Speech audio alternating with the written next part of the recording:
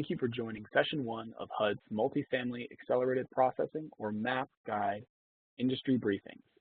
The PowerPoint and webinar recording will be available on the HUD Exchange. Participants are in listen-only mode. Please submit any content-related questions in the Q&A box on the right side of your screen, and for technical issues, request assistance through the same Q&A box. We ask that you submit your content-related questions in the Q&A box located on the right side of your screen as shown on this slide. Please submit your questions to the host, presenter, and panelists. The Q&A section will occur in the final portion of this webinar. We will try to get to as many of your questions as we can. If you have any technical questions, such as those related to the audio and visual of this presentation, please also use the Q&A box and send your message directly to the host. The host will work directly with you to resolve any technical issues. Our HUD presenters today are as follows: Chris Tawa, Tom Bernasiak, Kevin Hahn, and David Wilderman. Now I'll go ahead and pass it over to Chris. Thank you. Hello, everyone. I'm going to review first chapter 2 and only really discuss the changes that were made in the MAP guide that were different from a previous version.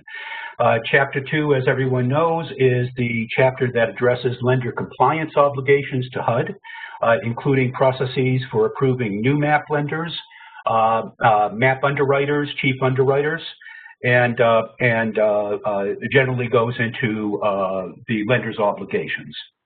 Next slide. To start with section 2.1.d, new limits have been imposed on new MAP lenders. New MAP lenders that enter the program must have their first 3 transactions reviewed and approved by HUD. They cannot access the full range of MAP programs until they demonstrate the ability to represent the program. Their initial transactions will be reviewed, and if acceptable, then they will be given the full authority of other MAP lenders. But this allows us a longer monitoring period to assure that the new MAP lenders are representing the program appropriately. Next. This section allows for termination of MAP lenders for inactivity. A regulation has been in effect for more than 10 years addressing this topic, but had not been fully implemented. Starting a year ago, the department did move to implement this, and so that any MAP lender that does not submit a new MAP application within a 12-month period may be terminated from the program and then may not apply for reinstatement for 12 months. We began this process a year ago, when at that time there were 92 approved MAP lenders. Today, as I speak, there are 69 approved MAP lenders, having removed the others for the inactivity test, which will be performed after each fiscal year. Next slide.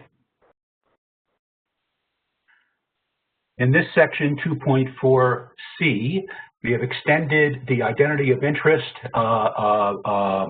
conflict of interest limits that currently apply to MAP lenders to their loan consultants, correspondents, and mortgage brokers. This prohibits identity of interest, side agreements, inducements, kickbacks in the relationship between the borrower and the consultants, correspondents, and brokers. A new written certification of compliance is required. If otherwise a lender wishes to proceed with a affected consultant or correspondent or broker, they'll have to bring a request into the counterparty oversight branch for review. We believe that this new provision eliminates incentives for misinformation to be brought into the lender, and it preserves the integrity of the MAP program. 2.8d. Next. In this section, we now require 30-day advance notice of any lender mergers, acquisitions, or license transfers. The lender should submit information to HUD for review at least 30 days before the transaction is consummated, or lender sanctions may be imposed. There was a concern that these types of transactions would be consummated. We would learn about this in the industry press and then have to reach out to the lender for information. We're reversing that process. So now lenders must come to HUD first to bring us information before the transaction is consummated. Next. This change simply eliminates references to underwriter trainings being provided by the MAP program. Those trainings have not been provided for quite some years, especially now after MBA instituted the underwriting program that they offer, so that the MAP training, underwriter training provided by HUD was no longer deemed to be necessary. Next. We have excluded from the slides any discussion of Appendix 2. That's because Appendix 2 was really just a re-editing and clarification. This appendix refers to, provides further details on quality assurance plans and the requirements for annual review of those plans. We hope that this appendix now is more readable and more easily used by the lenders, but otherwise no substantive changes to the appendix. Now, Chapter 15. Chapter 15 addresses lender oversight, monitoring, and enforcement. The chapter has a number of expansions, which I'll address right now, but a word of caution. Some of what I'll describe to you will not be able to be fully implemented until the counterparty oversight branch is better staffed. We are working on that now, but the limited staffing capacity will affect HUD's ability to implement some of what Chapter 15 lays out. The MAP guide only comes around once every 3 years, so it's important to get the revisions in, and the implementation will take place as we are more able. The first section, 15.2.1, clarifies the roles of the counterparty oversight branch within the Multifamily Asset and Counterparty Oversight Division. This is otherwise known as the group that Terry Clark leads. And this section simply clarifies the roles, responsibilities, and authorities for the counterparty oversight branch. Next. At 15.2.2, list the type of data and reports. There had never been any formalization of the data and reports that was necessary by the oversight branch to be used for the review of lenders. We have now clarified that, and the information comes from other agencies and divisions from within HUD. Next. 15.2.3 sets forth in more specifics what will be the annual schedule for limited or full lender monitoring reviews. The intent is to notify lenders at the start of each fiscal year, which will be subject to a limited or full monitoring review during that time. As stated, our ability to implement the fuller monitoring will be affected by the staffing and capacity of this branch within the housing division. Next. This section clarifies who is in charge and who is responsible for issuing MAP sanctions or for referring lenders for an enforcement action. The previous guide was not clear on this. And now what we have stated clearly is that only the counterparty oversight branch and the DAS are authorized to issue MAP sanctions. The section provides more detail for how lenders are referred internally for an enforcement action, and clarifies that only the director of the Office of Multifamily Production may refer lenders for investigation for an enforcement action. Next.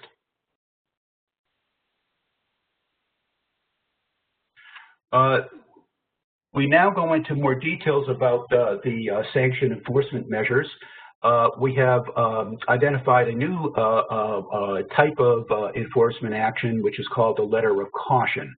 And letters of caution may be issued for relatively minor lender compliance violations or loan processing requirements that are not being met. These are intended to be corrective, so violations can be corrected without the need for an enforcement action. So this is our lowest level of violation and lowest level of notice. Next. Our next level, and one which folks are more commonly aware of, is the warning letter. The warning letter is the notice of a enforcement action that has more serious consequences and may result in actual sanctions such as suspension or referral to mortgagee review board. We have created a new section here with new enforcement tools that can be imposed along with the warning letter. We have called those targeted enforcement measures. They can limit, they can be imposed with the warning letter. It does not exclude or suspend the lender from the MAP program, but it may limit the lender's access to certain MAP programs. It may impose additional processing steps and reviews. It may suspend some of the lender delegations that have been included within the MAP program over the past few years.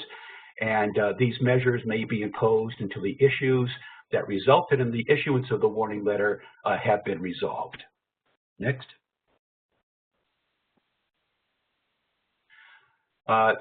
This again is the complement to the reference that I made in Chapter 2 pertaining to lender termination due to lack of MAP program activity. Next.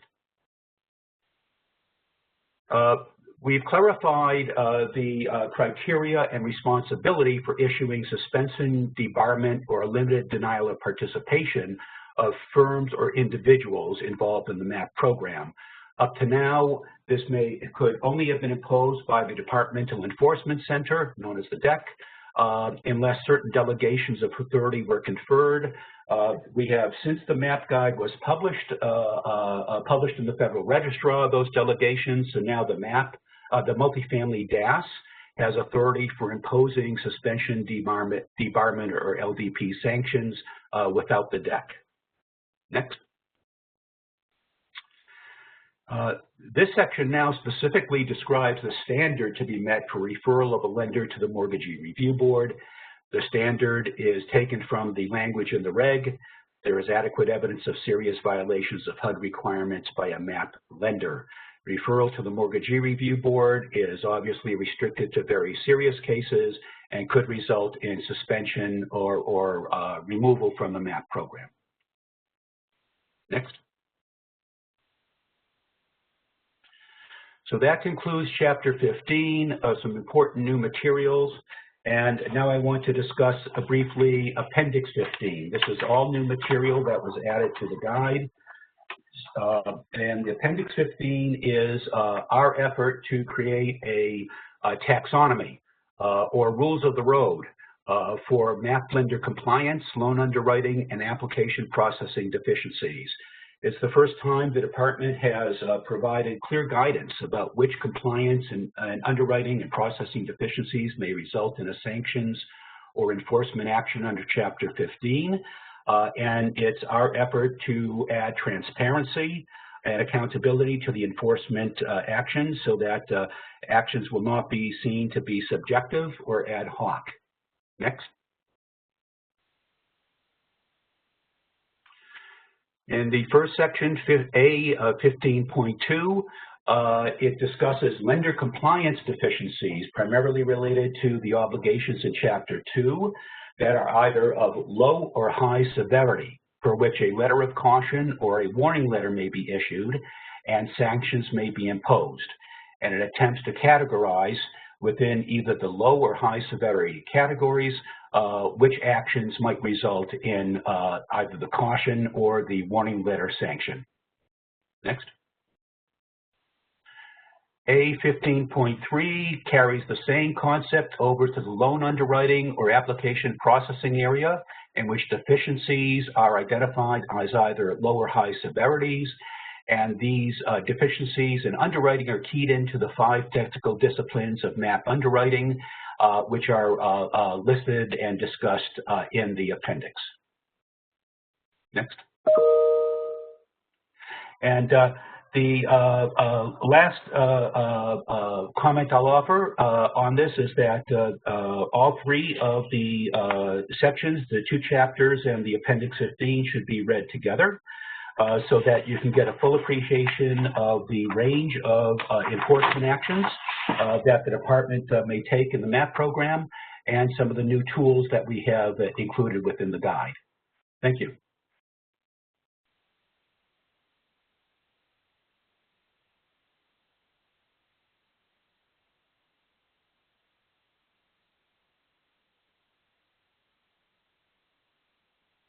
Great. Should we turn this over to Tom? Tom, you want to get us started on Chapter 3? You might be on mute.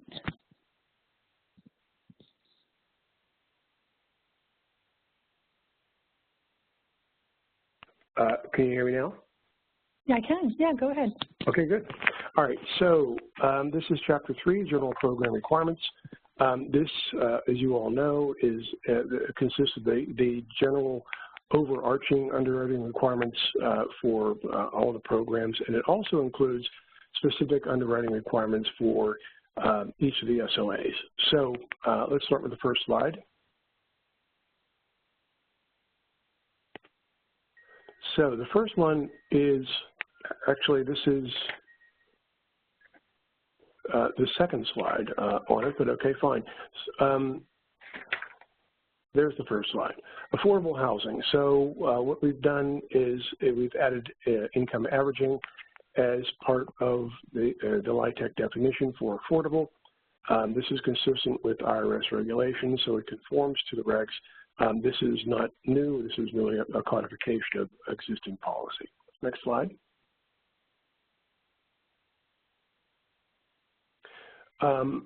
This is a larger change, actually. So what we've done here, this section speaks to statutory limits in general.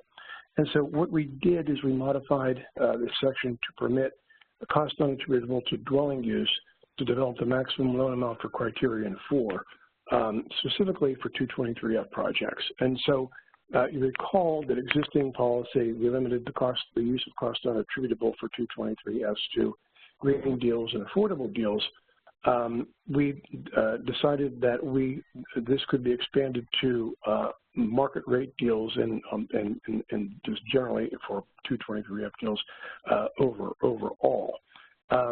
The rationale for the change was that we believed that it was appropriate to recognize the non-residential space that would contribute to either income or to value or to both.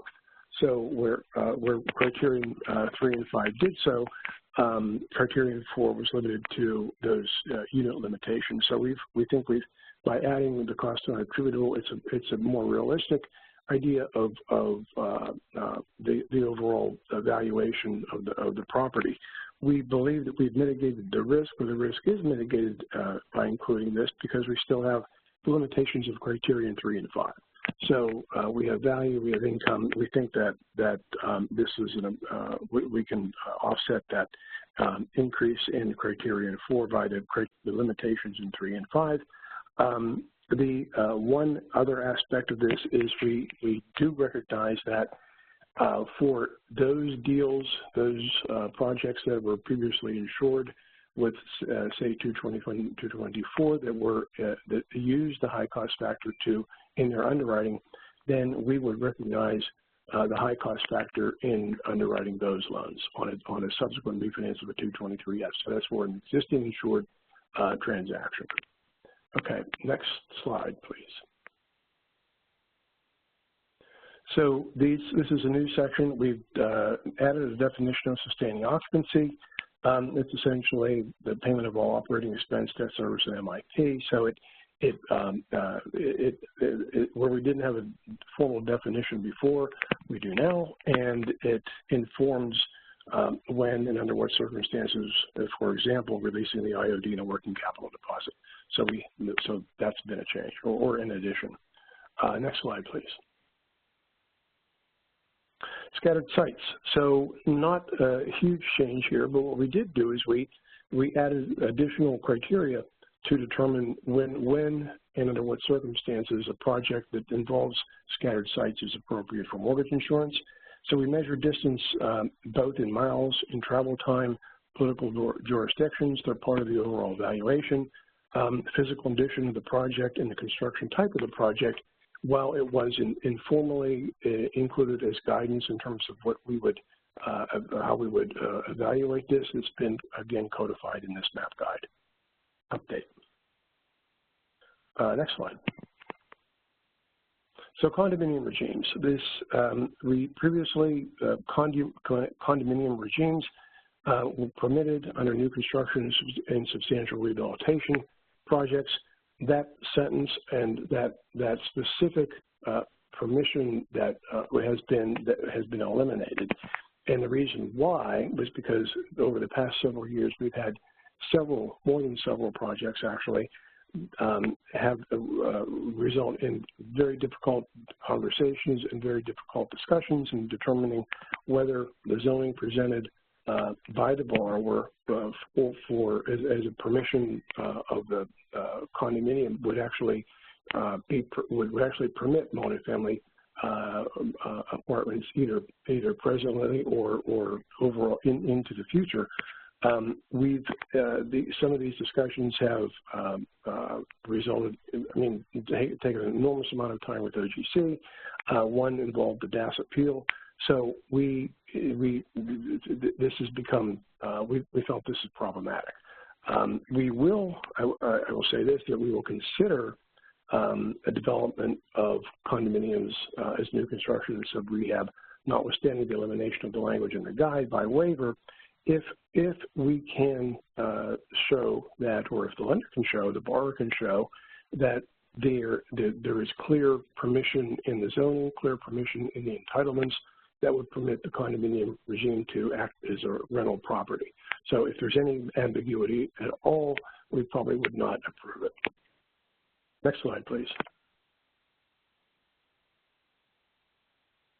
This is the requirement that lenders use HEROES to submit their environmental application. This should come as no surprise. We've encouraged this for the past years, years to use the HEROES system. Most of you have. And we thank you for that. It is formalized now that we are requiring that. So it's no longer optional. Next slide, please. A codification of existing guidance relative to the existence of opportunity zones and the reduction of application fees to the extent that a deal is in an opportunity zone. Next slide, please. So this is also a articulation of existing guidance. Our longstanding policy is that low-income tax credit deals with greater than 90% PBRA can use interim income during construction in lieu of the 2% working capital as long as the interim income is not used as a capital source. We underwrite to that now. That just has been formalized. Next slide, please. This is where we have multiple lenders on a 241. We've had several of these in the past couple of years, where you have one lender is of an existing piece with a separate lender adding proposing an application for a subsequent loan as a 241, and so this language determines the rights and responsibilities of each lender with regard to reserve for replacement accounts, the C&E tool, updates, and so on. So that's interesting. You should take a look at that. Next slide, please. 3.7. This is the 223F section, and it simply adds the language of Mortgagee Letter 2020-03 on the suspension of the 3-year rule. So we've incorporated that Mortgagee Letter in its entirety in the map guide. Next section, please.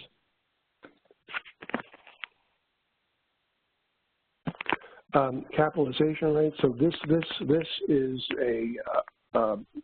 also refers to a section in Chapter 7. What this does is it takes the language out of Chapter 7 with regard to the comparison of cap rates and debt service constants and places it in Chapter 3 as a underwriting mitigant. So we would still look.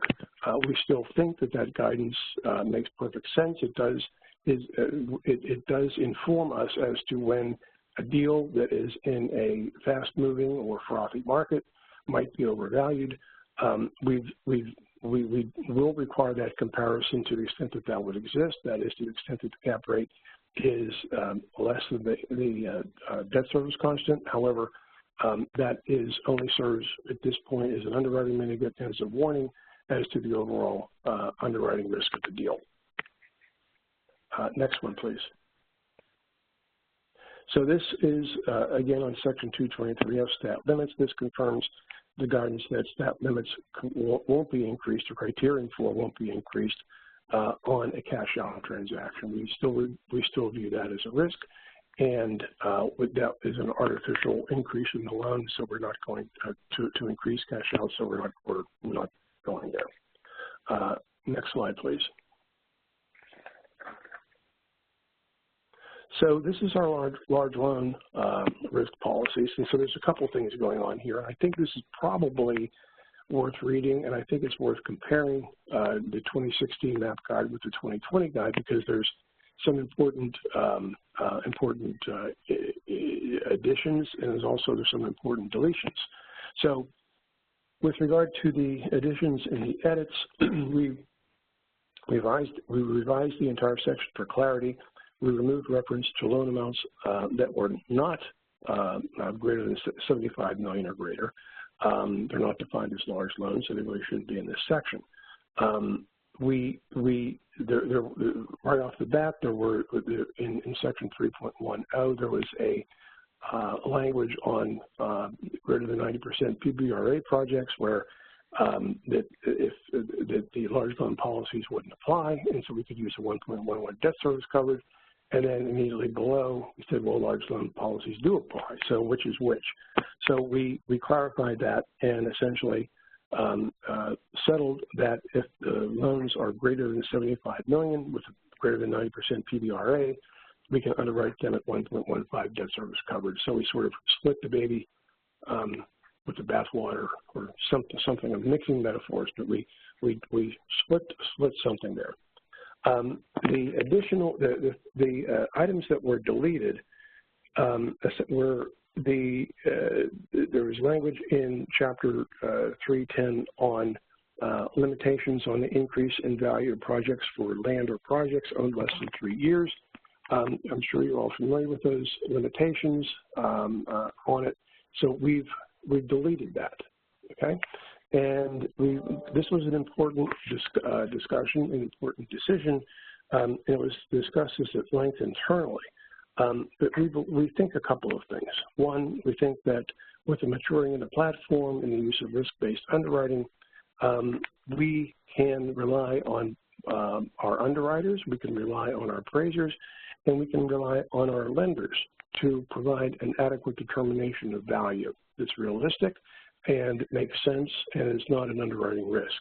Okay, and so we also think, and this is this is part of the rationale, that with increased flexibility, we believe to be a very important increase in flexibility for underwriting and for valuation, right? And so we also think that, and we encourage lenders to be judicious in concluding to value. If we understand that there will always be, and this not always be, but there will be, in some cases, there will be disagreements in terms of valuation and how we got there and methodologies and so on, and we appreciate that and are willing to listen, but we're not willing to listen endlessly, and we're not going to do back and forth. So while we are offering this flexibility, we are also asking that this flexibility be used judiciously and appropriately, such that we don't result in endless arguments on value because at the end of the day, we don't have the time, and frankly, nor does the industry. The tenant relocation, next slide. This is a section that deserves its own section for its own topic matter. What it does is it establishes clear standards for relocation for repairs or renovation of market rate projects distinct from federally assisted projects, Section 8. So this has been because of the number of 4% deals that involve significant relocation. We think this is an important addition, and will provide some guidance so there's no confusion as to where we are in terms of protecting the residents when you all propose rehabilitation. I'm sorry, relocation. That concludes Chapter 3. So thank you. Thanks, Tom. Kevin, do you want to jump in Chapter 5 for us? Sure. Hi. Hope you guys are all doing well. So I'll be covering Chapter 5, Appendix 5, and Chapter 12 in that order. So I would say that the bulk of the work in Chapter 5 were moving things around to gather related information and policies that were sort of scattered across the chapter appendix, and trying to also clarify some of the existing policies. So hopefully, we simplify some of them. So to just illustrate, one example would be moving the policy on when a general contractor is required from the old Section 5.5 that had that talked about the construction contracts. And so we moved that to the new Section 5.3 that now talks about all the various requirements per level of construction activities and the sections of the Act. So for 223F, we spell out the conditions in which a GC is needed in the Section 5.3 instead of talking about it while we're talking about the construction contracts, for example. So in addition to the reorg, we did make a few significant policy changes. So I'd like to highlight some of them in the next few slides. So next slide. Okay, so we used to have two criteria for defining when a project should be a sub-rehab. One was the total cost threshold, and the second was replacing two building systems. We deleted the two building systems criterion because what constitutes a building system, I think, proved to be less straightforward than we had anticipated. So now the sub-rehab would only be defined by the total cost of construction. So simply put, you step over the line, you're a sub-rehab. If you don't, then you're not a sub-rehab. Now, there are some important nuances to estimating your total cost in regards to anticipating the contingency escrow expenditure and change order cost increases that may occur during construction. So please make sure to read our explanation in the footnote on page 5-2. Next slide. We also removed the GUD rehab category as a whole. That was in 5.1.e because the need of it disappeared when the mandatory universal benchmarking requirement got suspended at the onset of MAP 2016. Okay, next slide. Okay, class of works or classification of work. So we're talking about repairs, level 1, level 2, level 3 alteration designations. So this is an example of something that we tried to clarify. So two things I want to mention about this. The first is that the class of work designation should be applied to individual repair items and not to the entire property or transaction as a whole. So in other words, we wouldn't call the entire property with a bunch of repairs as level 2. Rather, your property will have individual repair items identified by class of work designation. So you may have 5 non-critical repair items that are level 2, 10 critical repair items that are level 1, so on and so forth. And you wouldn't have to try to kind of sum them all up into one repair like level or class of work, for example. Secondly, we added some more examples of what would be level 1 versus level 2 alteration and so forth. So hopefully you'll find that helpful. Okay, next slide. So as Tom mentioned, in Chapter 3, we did eliminate the 3-year rule. So there was a language about that in Chapter 5, so we went ahead and deleted that. So the section 5.1.f in the old map guide is now gone. Next slide.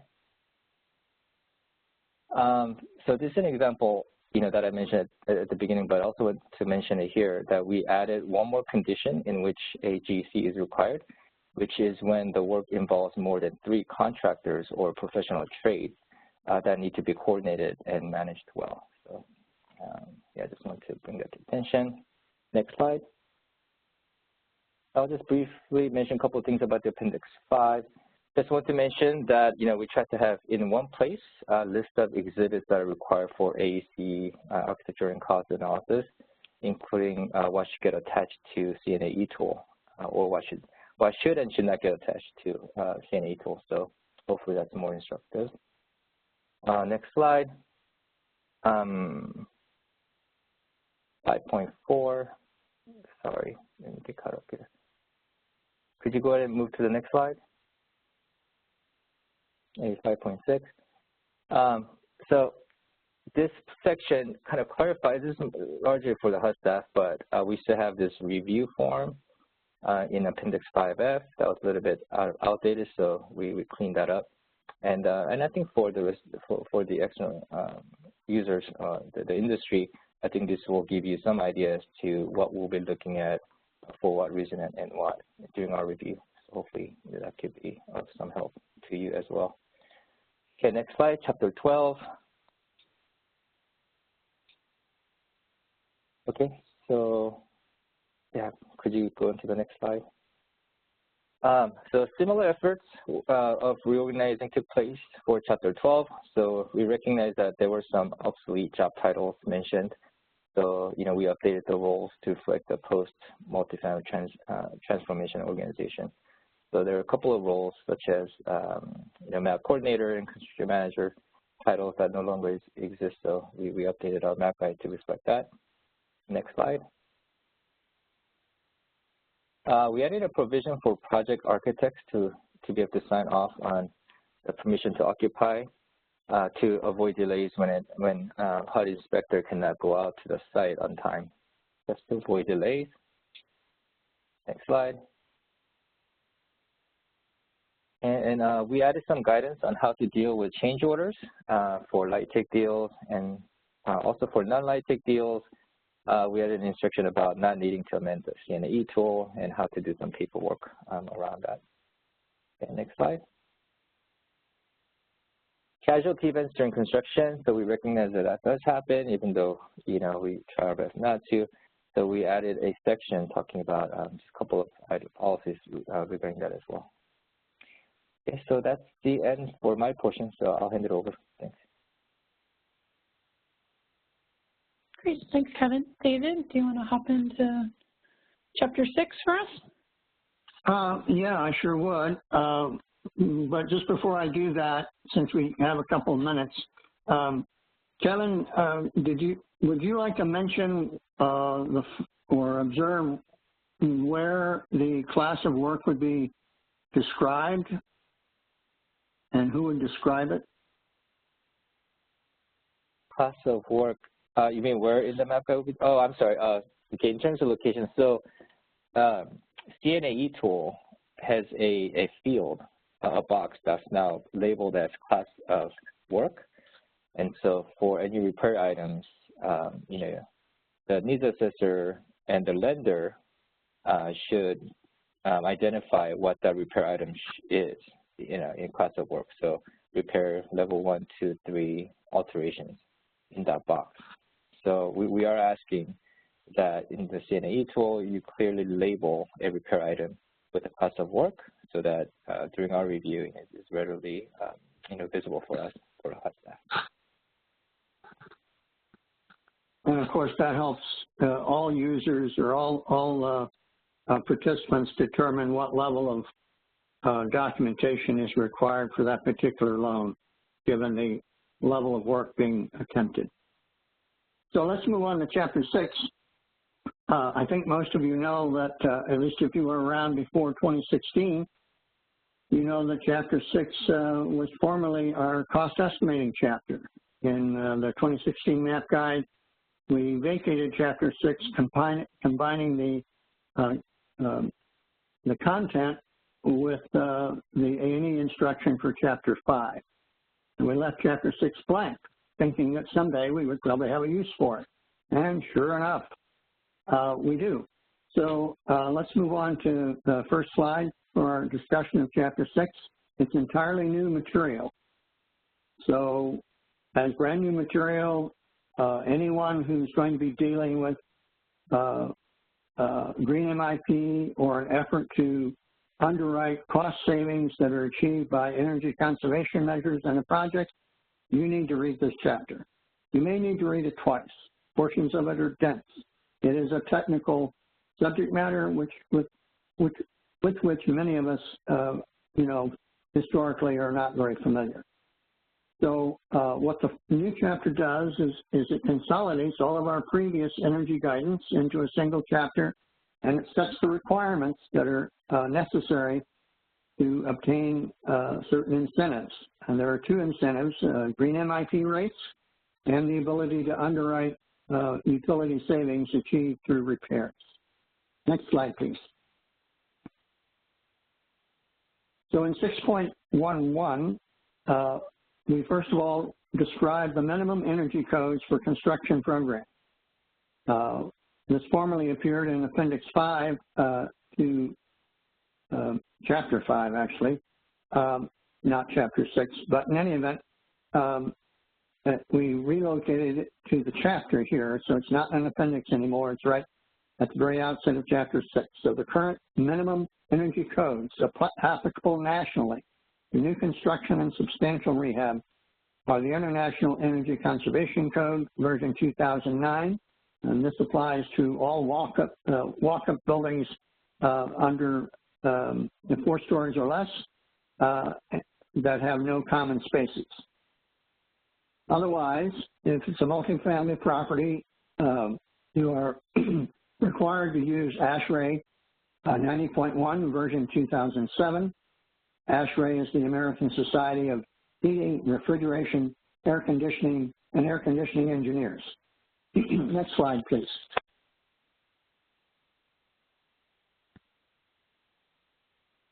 So 6.1.2 describes the incentives for improved energy efficiency, and there are 2: underwriter recognition of documented savings. And in general, we will underwrite 75% of the documented savings, but if you have a green building certificate applicable to the property, we will underwrite 100% of the energy cost savings.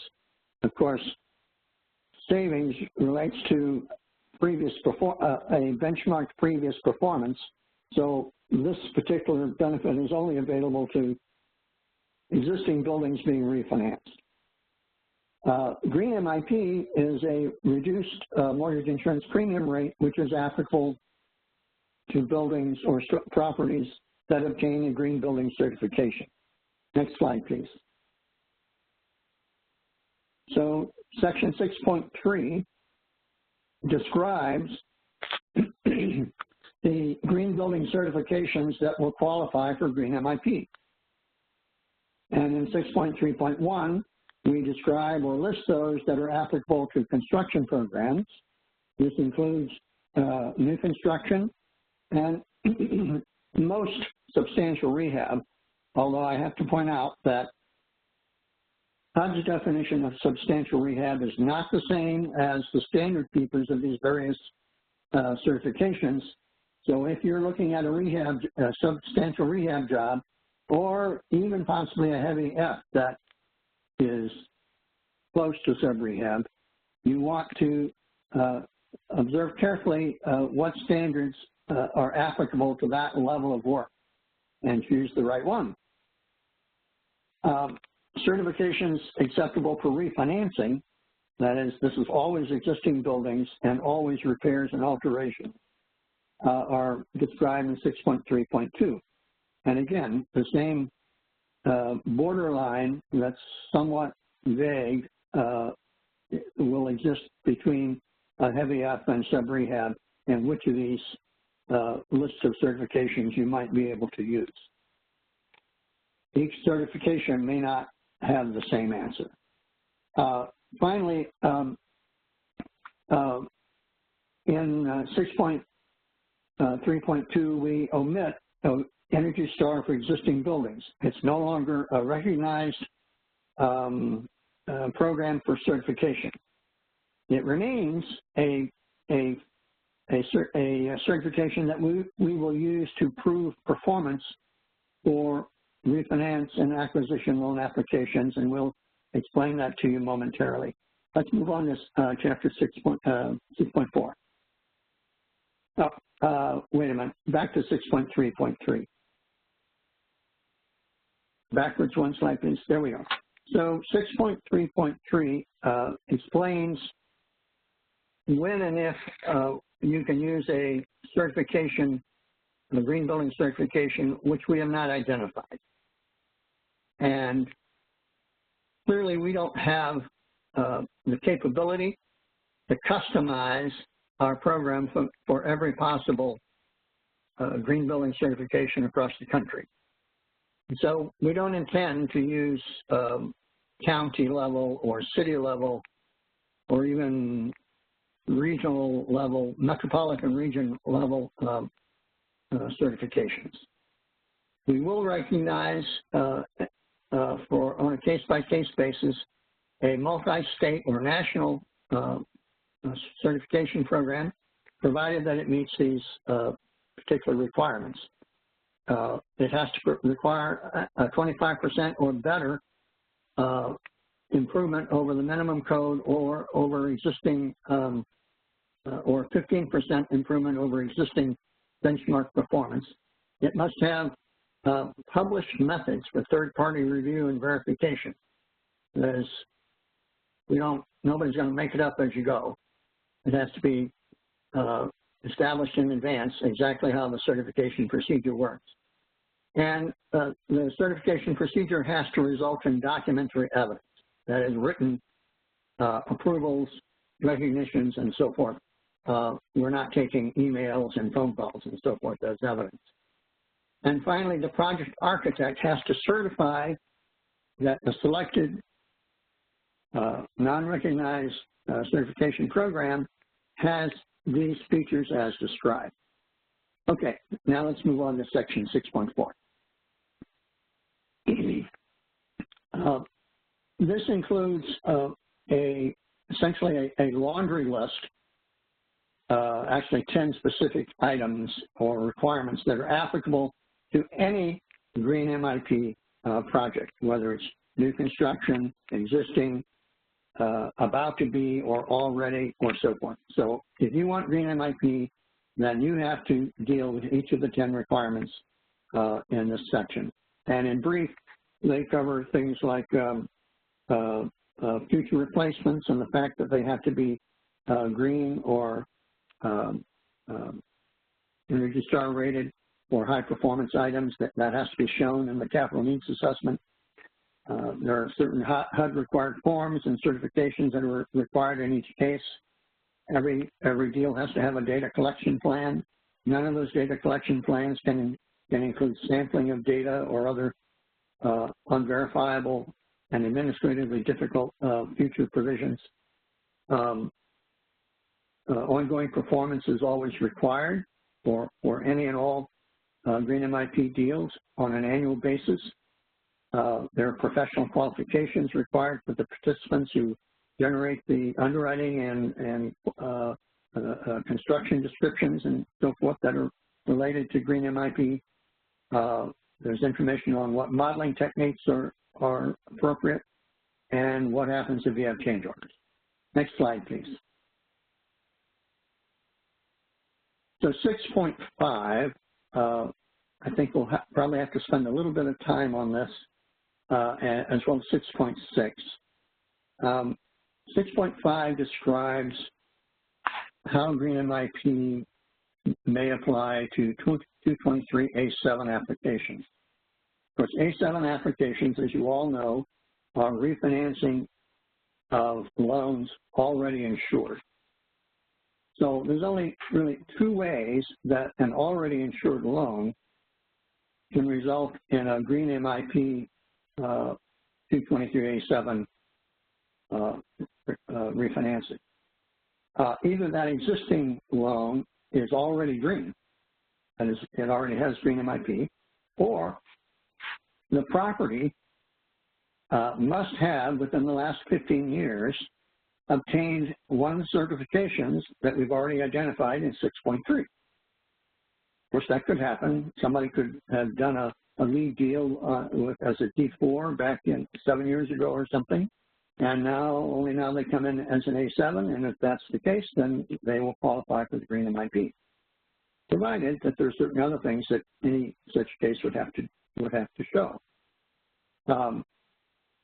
If it's a green MIP loan already, then the owner must be able to demonstrate that they've complied regularly and consistently with all the continuing performance requirements.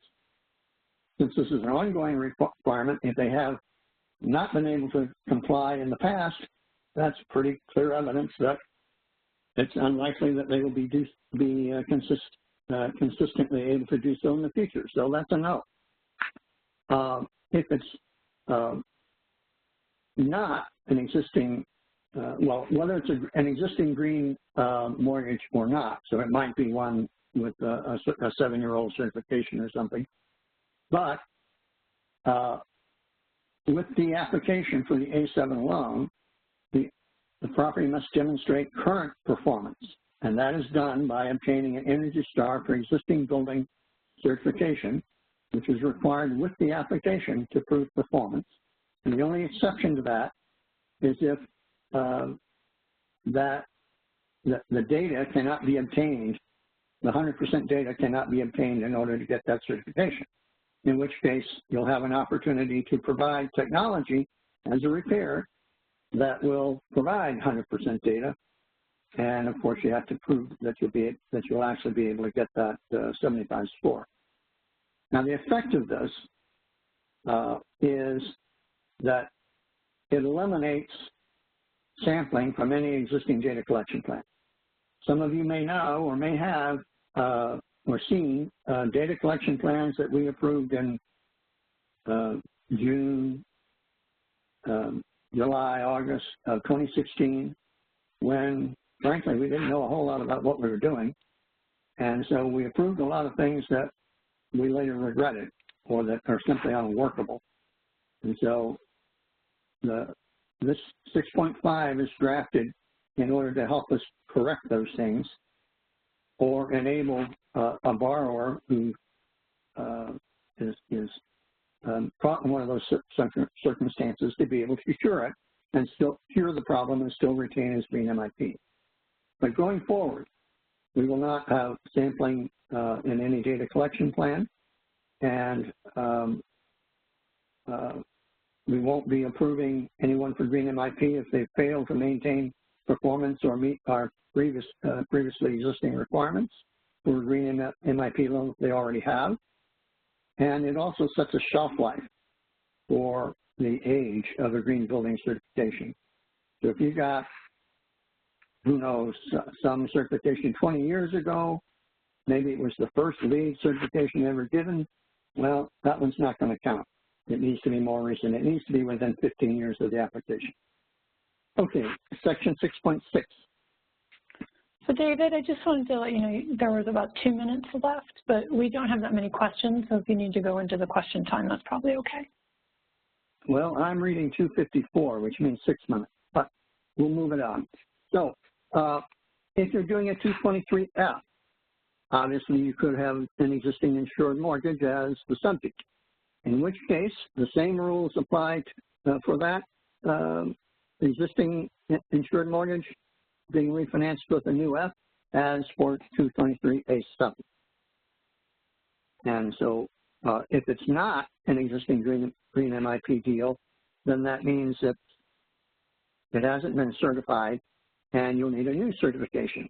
So that creates a whole different set of circumstances, and that means you'll have to conduct repairs consistent with the requirements of your selected certification and execute those repairs during the repair period and then, of course, deliver the finished certification. There is an exception, which applies only to those deals that are newly eligible because of the abolition of the 3-year rule. And so if you have a project with a CO issued within 3 years of the application, you can use the Energy Star for existing building certification to obtain the green MIP, provided that you achieve a score of 90. And if you can't deliver the certification because of a data collection problem, you will have an opportunity to cure the data collection problem by installing utility monitoring technology. But after that, you'll have to deliver the certificate. And this exception lasts for only 2 years. So beginning last December 18th. So it expires December 18th, 2022. Next slide, please.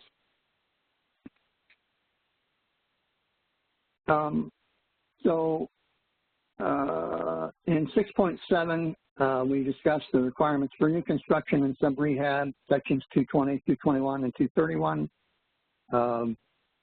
This is fairly rote. You will have to install Energy Star rated appliances and high performance equipment, notwithstanding whatever energy green building certification you choose to use.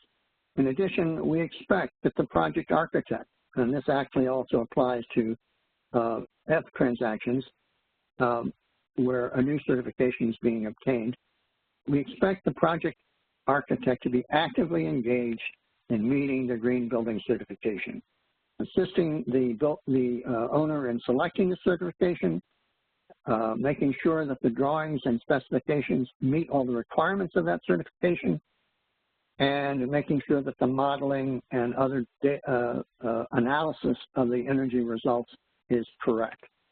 And the project architect is going to have to certify to that, and these items have been added to the project architect certification required as a condition for doing the deal. 6.8, please. Next slide. Yeah. Okay. This does the same, has the same short discussion for Section 241A, and the key thing here is that the entire premises must be certified. Even if the use of the 241A insured funds is only to do an addition.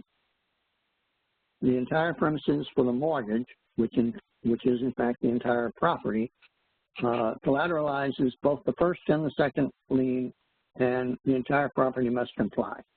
And indeed, this is a general principle that the green building certification selected must apply to the same premises that are used as the collateral for our insured mortgage. Otherwise, the whole proposition becomes administratively impossible, and we simply don't intend to go there. So, Section 6.9.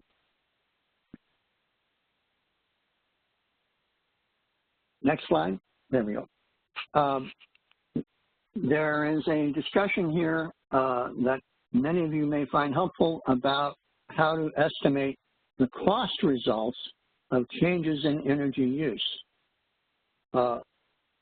You might imagine that, oh, if we reduce energy use by 30%, then our cost will go down by 30%. Not true. That rarely, if ever, happens. And of course, there are a lot of reasons for that, which we explain here. And so if you're trying to forecast your operating expense budget on a green MIP deal, you need to read 6.9. Next slide. I think we have some summary items here. Next slide. Oh. Okay, yes, I think I covered this. Next slide, please.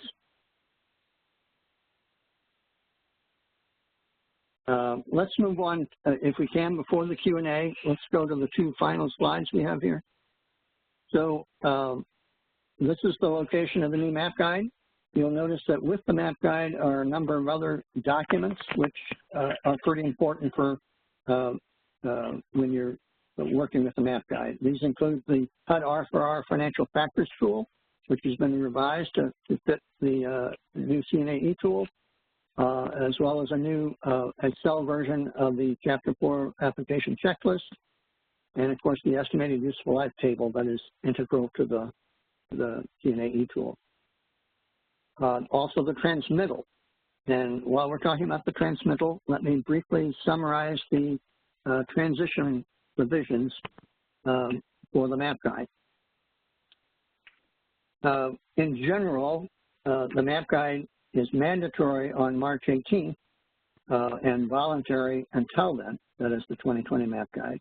And so you generally have an option to select when you file an application, either the 2016 or the 2020 version, but you may not mix and match any provision.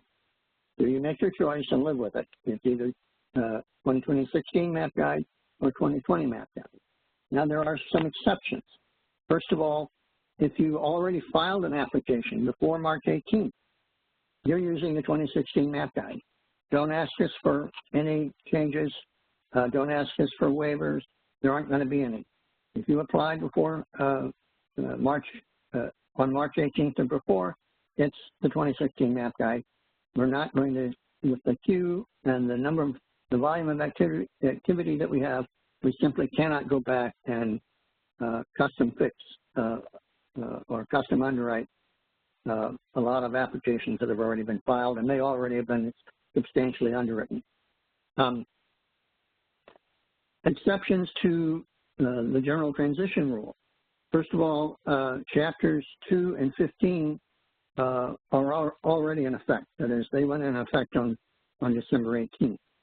Also, processing efficiencies or processing procedures, such, for example, as the requirement to use heroes, those also are already in effect.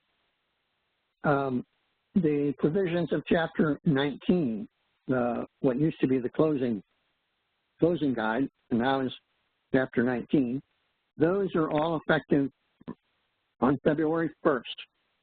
This is the strong instruction from the OGC, Office of General Counsel. The remaining portions of the map guide, which is most of it, will be mandatory on March 18th, as I've noticed, or as I've indicated. Next slide, please. In the near future, we are going to be announcing something called Ask a Question, which is sort of a virtual help desk. It is a procedure that we adopted, or a system that we adopted for the early life of the CNAE tool. We think it's going to be much more helpful and effective for the map guide.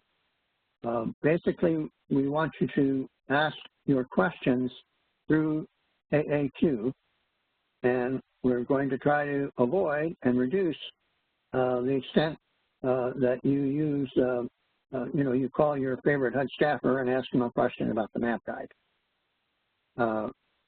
Obviously, you can still ask your staffer about your particular application, but if you have a question about, well, does the map guide mean this or does it mean that? We want you to use Ask a Question for that purpose. We will be preparing and issuing a tutorial on how to do this in the not distant future. It's not complicated, and we really hope that you'll cooperate with us in doing this, because this will help us to be a lot more consistent in the answers that we give you. It will also help us keep track of all of our answers so that we don't lose them in multiple emails in different staff folders and so forth across the country. And this will help us know better how to write the next map guide. So please help us out with that. And the other thing that you'll notice about the map guide, the new map guide, is it has some different organization or formatting. It has some additional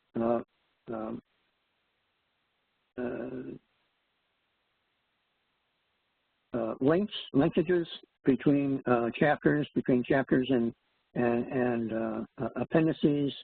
There's a link to an index. There's a go back to where I was procedure at the top, some of which may require some explanation because it doesn't function the same way in all browsers. But we're going to do a tutorial on all of these formatting, how to use the new guide arrangements as well. And both of these tutorials will be 6 or 7 minutes at most, and we will be publishing those in the next several weeks. And that is the conclusion of our presentation, so we would be happy to answer any questions. Great, thanks, David. The first question I have is for Tom, so Tom, you might want to unmute. The question is, will condominium structures be permitted for 202s with mixed financing? So the answer is we are doing those now. We're just on a call, and one of the structures is a condominium structure, and that's, I mean, if the borrower wants to use that and develop the deal as a condominium, he's welcome to do that. We would all require the normal cross agreements, cross default agreements, maintenance agreements, so on, that we would require in any of our insured deals. So I would be wise to, if you're contemplating using that sort of structure, you want to discuss specifics with HUD staff and OGC, and that would get OGC involved as well. Great, thanks, Tom. David, the next couple questions I have are for you. So the first one is for green MIP 223F and 223A7.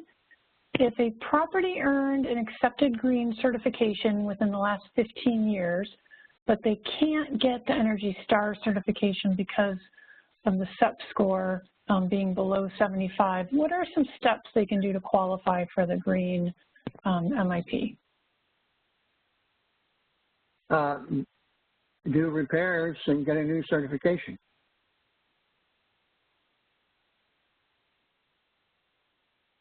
That is, I mean, so admittedly, we don't actually state this in the MAP guide, but if your certification does not result in a score not less than 75, then it's not a workable certification. Okay, thanks. The next question is also for you, David. They're asking about underwriting savings. So they asked, do underwriting savings include energy and water? And also please confirm that underwriting savings is only including owner-paid utilities or owner-paid savings. Well, the second question first. Yes, the savings would only be those that contribute to the buildup of the operating expense budget. So what your tenant saves is nice, and it's a good thing, and it's essential to get certification, and presumably will over time yield some rent benefits that will improve values and so forth. But it's not part of operating expense, so it's not counted. Only landlord savings would be counted. So on the previous question, which was whether only energy or both energy and water savings are included, it's both. So if you implement repairs or changes that reduce any utility consumption, those savings will be underwritten in the proportions described, either with or without a green MIP certification. 75 for the without and 100% with. Next question. Great, thanks, David. Let's see, they're asking for a property with an existing green MIP loan refinancing, such as a 223A7. Does the property need a certification other than Energy Star?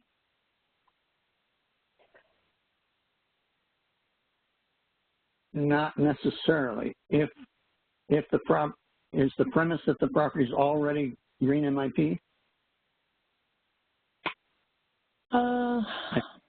Yes, an existing green MIP loan, and they're trying to refinance it. Yep. an existing green MIP loan being refinanced under either F or a 7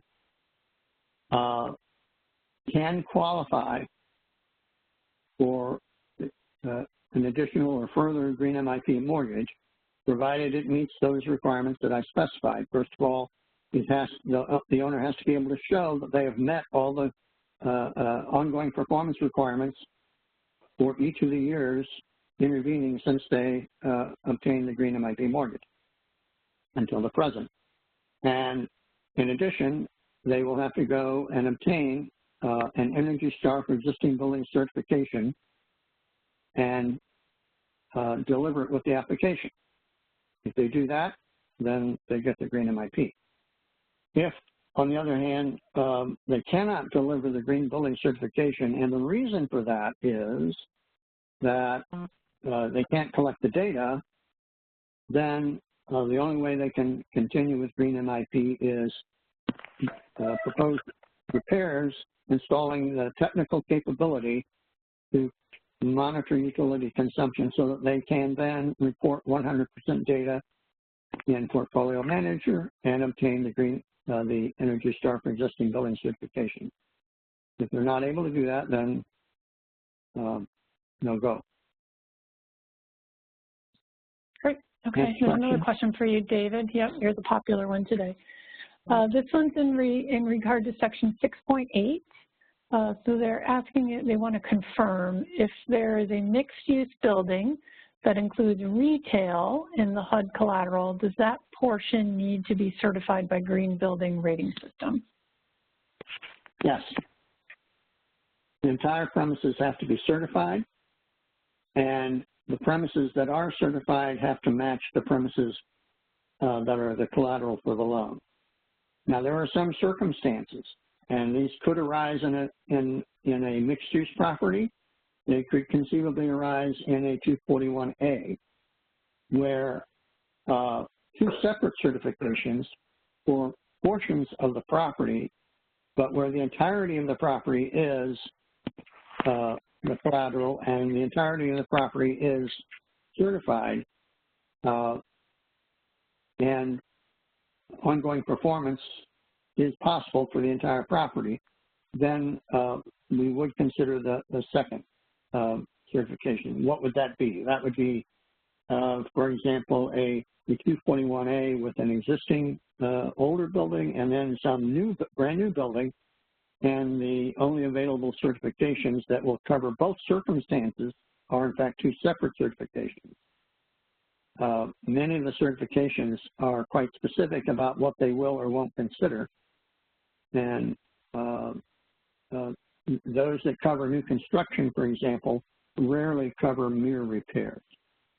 In some other, in other words, so for new construction, maybe heavy-duty substantial rehab. Less than that, they may not be applicable.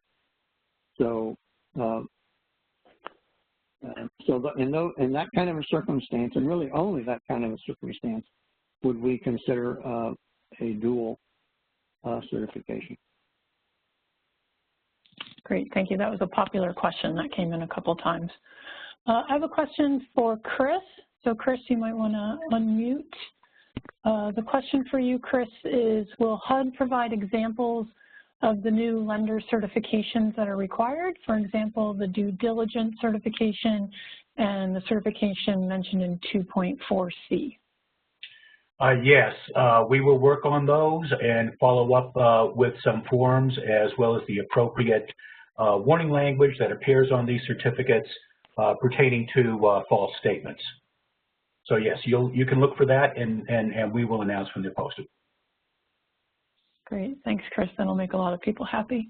The next question I have is for Kevin. So Kevin, you might want to unmute. For waivers of CNA, so 5.10.3, any consideration for projects that were recently completed but may have a CNA each will dated more than 3 years ago because of a long construction period? Okay, that's a very good question. So 5.10.3 does say if the CNA is dated more than 3 years.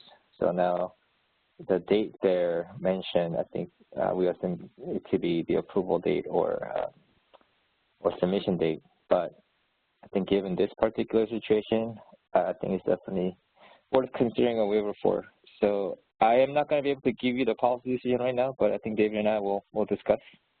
But it might be I guess a case for that if the construction itself took 2.5 years, maybe even 3 years, and some who knows, right? So yeah, we'll consider it. David, anything you want to add for that one?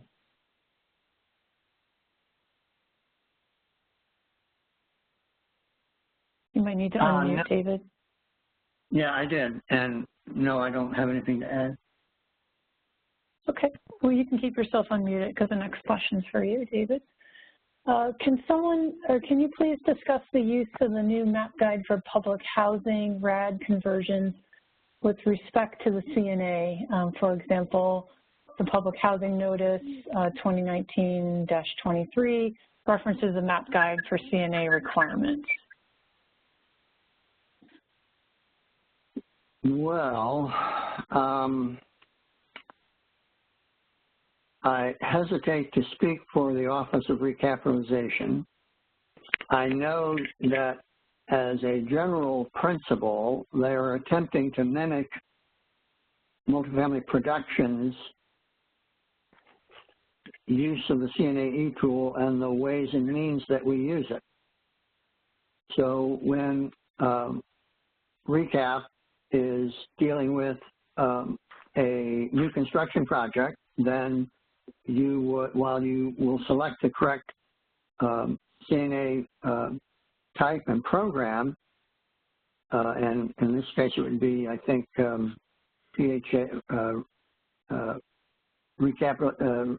new construction or something like that is the correct program to select. And then it will look very much like the CNAE tool that you see, and the questions that are asked will look almost identical to what a 221D4 would look like. And you will answer those questions with the same categories or quantities or qualities of information that you would for a D4. And I think that is the way in which Recap means their instruction to reference the map guide for use of the e-tool. Similarly, if what they were doing was a renovation comparable to a 223F with a lot of repairs, then I think they call that asset recapitalization, PHA rehab, or something to that. I don't recall the exact terminology, but that would be the CNA type and program that the needs assessor would select. Instead of a lender, there will be a PHA that's the submitter, and there will be a needs assessor who's preparing this CNA based on documentation provided to them by the PHA.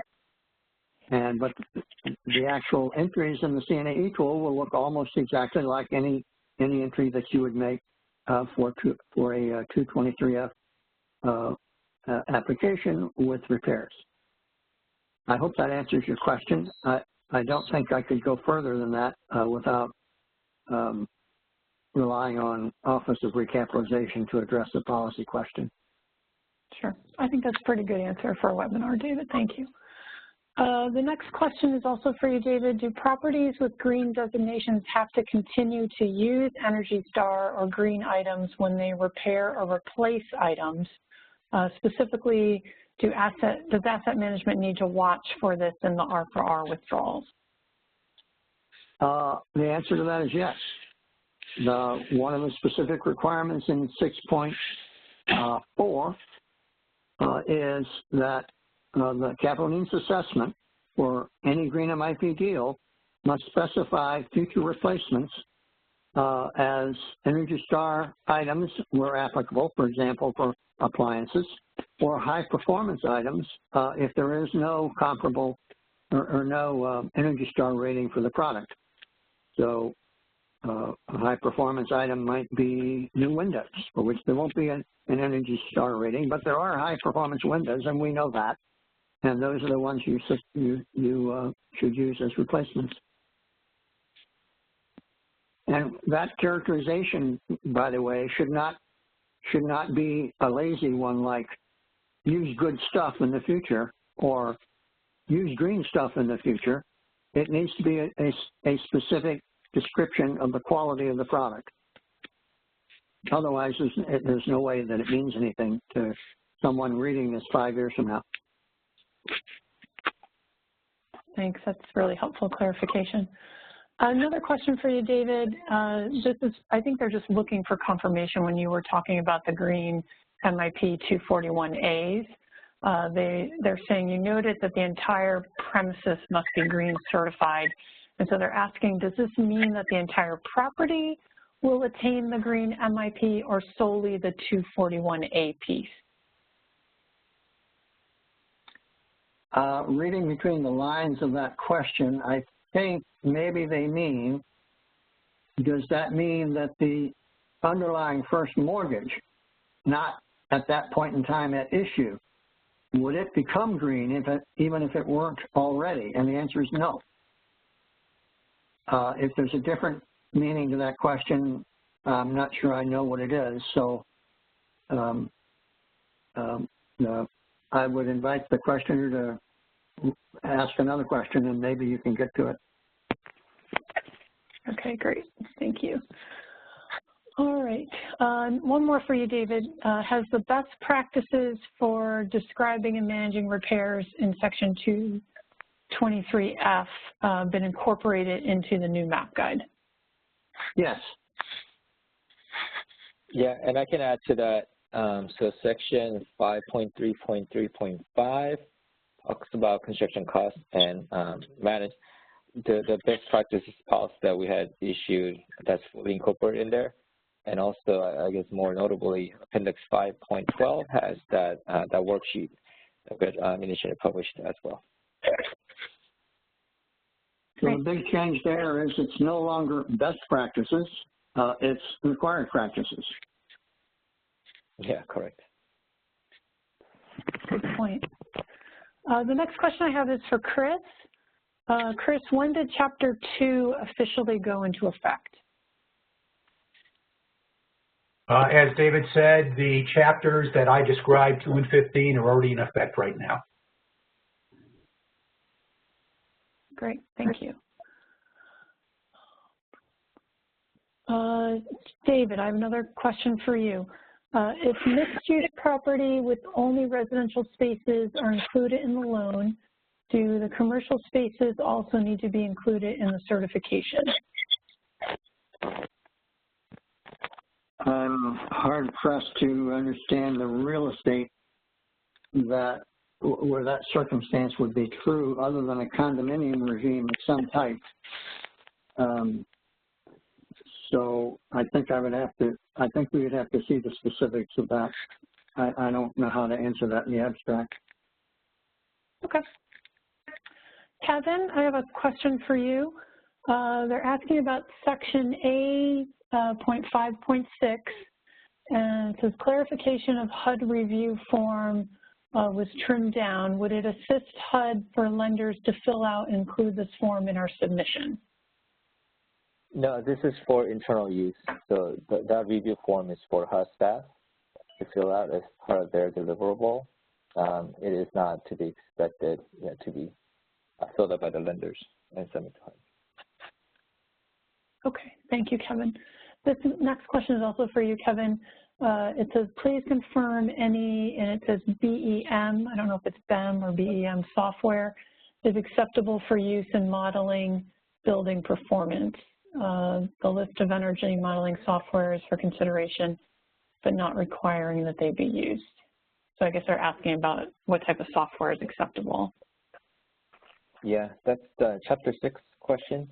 But if I were to give an opinion, I think BM software is fine as long as it could do the level of energy usage modeling or consumption modeling that we spell out for requirements there. David? Yeah, there is an Appendix 6, which I did not mention, but it is entirely about modeling and modeling software. and where to find software that most likely to do the job, and where you can be certain that it is capable of handling multifamily residential property. And it's the appendix references a Department of Energy website. Actually, I think it used to be a DEA, a DOE website. I think it's contracted out now. But in any event, that website has a fairly lengthy and robust list of modeling software, and we're going to insist that you name the software that you're using and tell us, where it came from and so forth. So our staff will be trying to look to the validity or the quality of that software. And the first place they're going to look is on that DOE website. So that's where you should look too. And having gone there myself, I know that each entry describes some of the features of the software and tells you what type of real estate uses can be handled by the software, and whether or not it conforms to ASHRAE 90.1 or to the International Energy Conservation Code, or both. I hope that answered the question. Great. David, I think the next question is for you. Does the energy audit have to specify all improvements needed for certification? Typically, improvements are subject to change throughout the green certification process.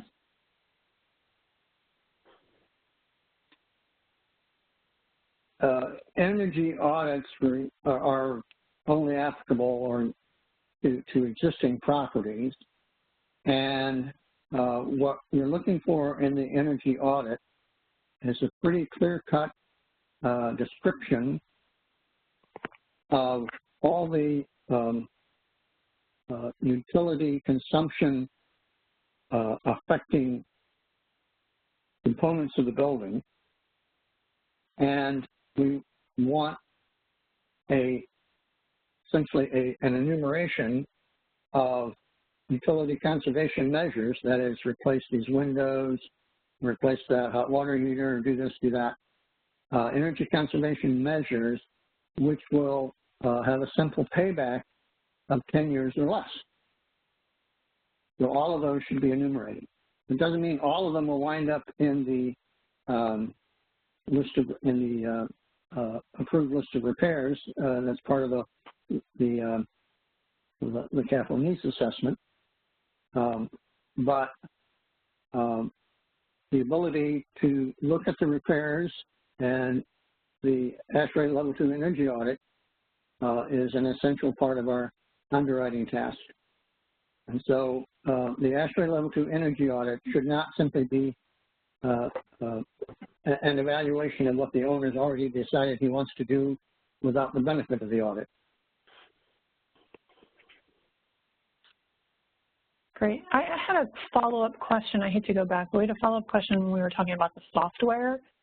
And somebody had asked, are the softwares required or suggested?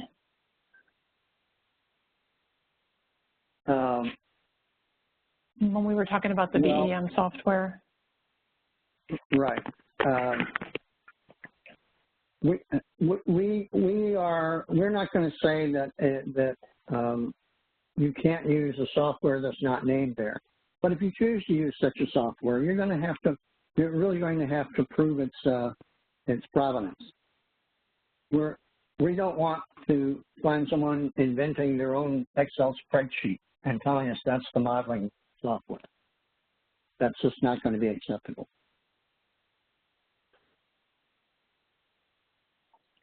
Great. Well, David, that takes us to the end of our time. Do you want to wrap this up? Maybe remind people about our next session on the 26th? Yes, unlike our previous practice in 2016, each of these seminars, webinars that we're holding have separate content. So today we covered chapters essentially 1 through 6, plus some chapters that are strongly associated with 1 through 6. And next Tuesday we will cover chapters 7 and 8, and we will spend more than the usual amount of time on chapter 9, because there are some fairly significant and complex changes on environmental requirements. So if you are in the business of understanding environmental work, you'll want to make sure you tune in to or listen to the recording of the next webinar session. Webinar session number 3 is on February 2nd, and it will concern tax credits, chapter 14, and the new closing chapter, chapter 19, and then sort of a miscellaneous wrap-up of smaller elements of various chapters that we think you ought to know about, but which did not warrant a 15-minute discussion of the whole chapter. And those are the 3 webinars. They'll all be recorded. We'll be posting those, or ICF will be posting those, and we'll be letting everybody know when they're posted, so you can download them, save them, look at them again whenever you want. And we hope this will give everybody a satisfactory introduction to the new map guide. And that's about all I have to say, I think. Thank you for attending. Thank you for your question.